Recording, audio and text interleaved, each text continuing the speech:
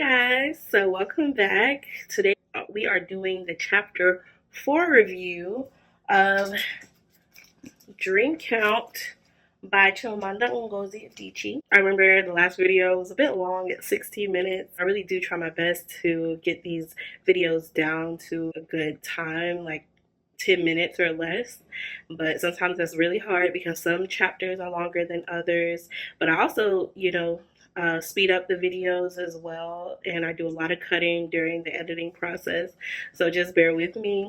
But on the upside, I finally got the new pop socket that I needed to keep my phone up, so hopefully no more shaky video moving forward, because in the last video I mentioned that your girl is looking for a pop socket endorsement. Okay, and just jumping right into the notes for this chapter. Chapter 4 has no title. It's really short and at only 12 pages long. It is made clear that the period in this chapter is a few years following Chia's breakup with Darnell and before meeting Chuka, right?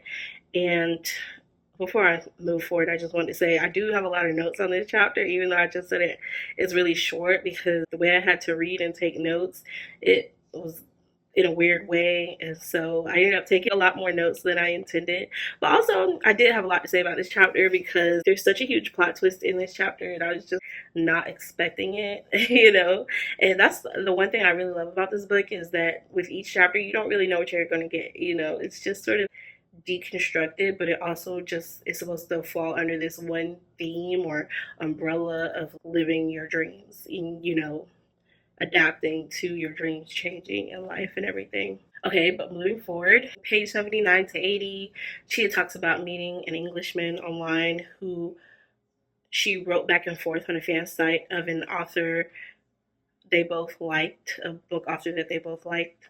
She ended up planning an impromptu visit to London just to meet this Englishman in person, and didn't realize until later that he was married and had not let her know at first. Like, what? Page 81 to 83, Chia and the Englishman get to know each other better. Chia talks about the things that made her long for an exotic romance with the Englishman, while also telling us, the readers, the undertone to their whimsical romance was mystery, and that mysterious feeling made sense later when she found out he was married while they were somewhat dating. She notes all of the things that she noticed, that she looked back on, that made her put two and two together, that he was most likely intentional about hiding the fact that he was married, and she feels like she should have seen those signs when they first presented themselves to her. It's understandable that any person in the beginning of a budding relationship would miss those signs, though. Page 84 to 87, she described how she fell in love with the Englishman, yet noticed little things about their short lived relationship that left her suspicious, as far as feeling like the Englishman was hiding something from her. Page 84 mentioned the Englishman bringing up a poem which Chia had not read, titled, quote unquote, America by Claude McKay.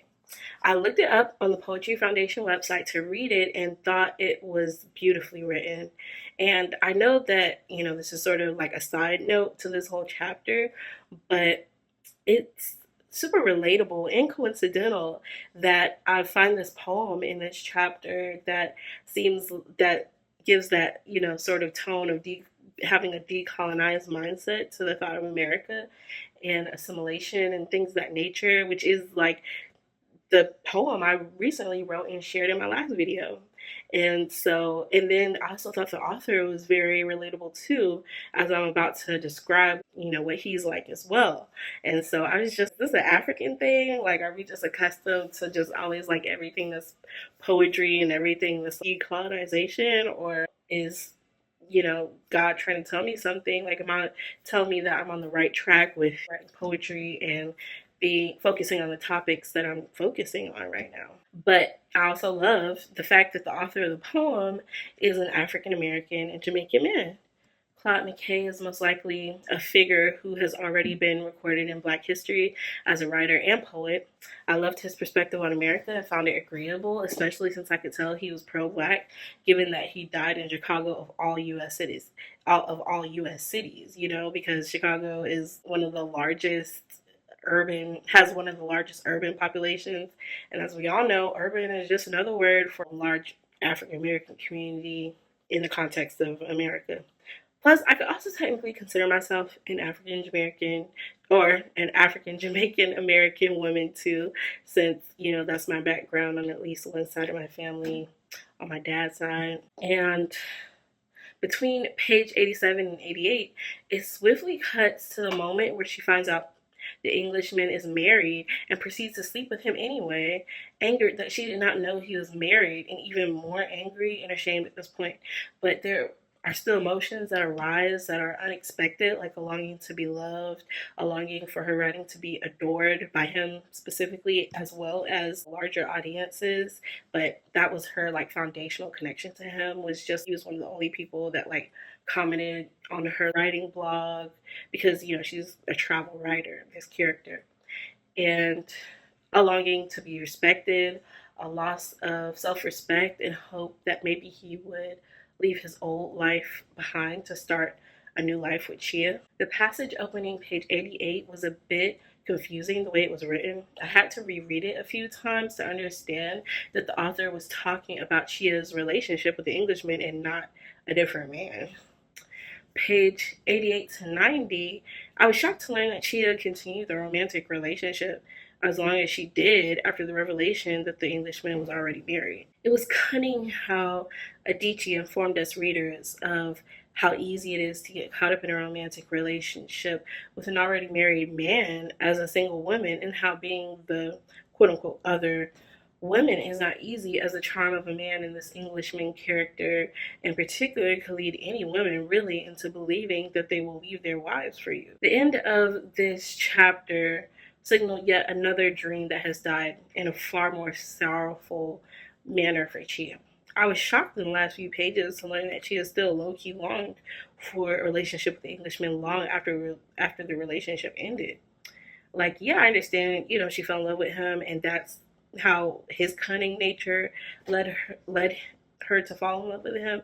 But girl, at some point we gotta let bygones be bygones. But I think Chia's character is just being honest, and maybe the author herself is being honest about what it really is to fall in love with someone, and how difficult it is to fall out of love with them even after they made so many mistakes and fumbled your heart, essentially. I'm starting to notice this pattern of the transitioning explanation of the dreams or significant moments in Chia's life toward the end of each chapter, being rather quick, while the story that is being detailed of the dream before it transitions to the result of everything that has happened is long and drawn out throughout most of the chapter.